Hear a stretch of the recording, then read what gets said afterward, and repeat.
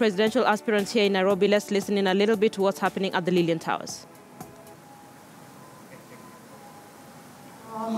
I know it's not an easy discourse for the IEBC, having an unexpected tsunami or surge of independent candidates in Kenya. I don't think the offices of the ORPP or the IEBC were ready to accommodate this.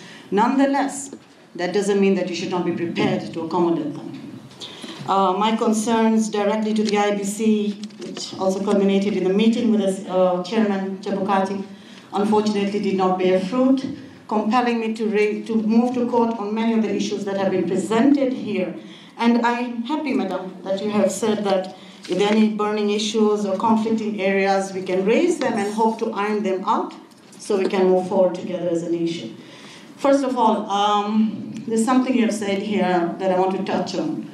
When IEBC tells us that independence must have supporters, signatures of people who are independent in Kenya, it's unconstitutional, it's impossible to verify. Let me explain why, so maybe then you can consider this, even regardless of having a court matter impending, of which the hearing is supposed to proceed on the 5th. IEBC was supposed to have served me by yesterday, they have failed. So I think we're going to have to extend that date. Now if you look at that date, in conflict, as our brother said, to your deadlines, it means your deadlines are suspended.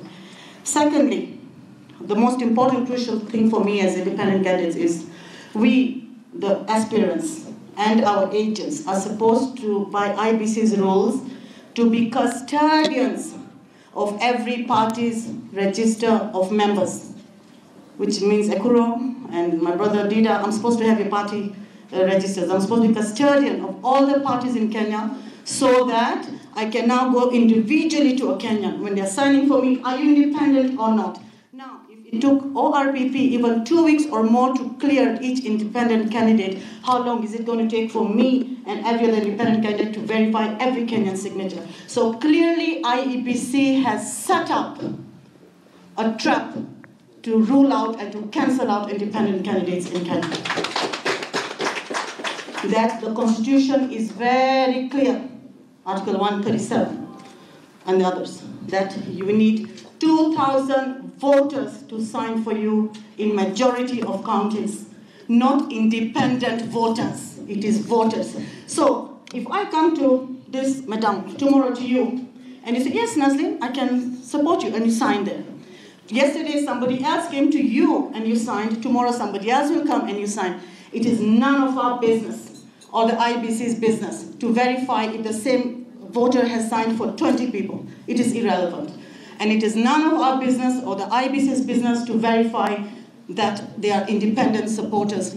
That, now, IEBC, it looks to me, is now forcing candidates, voters to stick with ODM, to stick with NASA, and to stick with Jubilee against their constitutional right to vote for whoever they want, even if they're registered party members.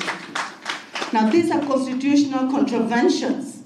For me, it's an issue, because if parties are going to block out independence and government institutions like the IEBC is going to block out independence, IEBC is calling for war on the ground. This is a recipe for mayhem, because those are powerful people on the ground and they have voters. If you're going to block them unconstitutionally, they're going to fight.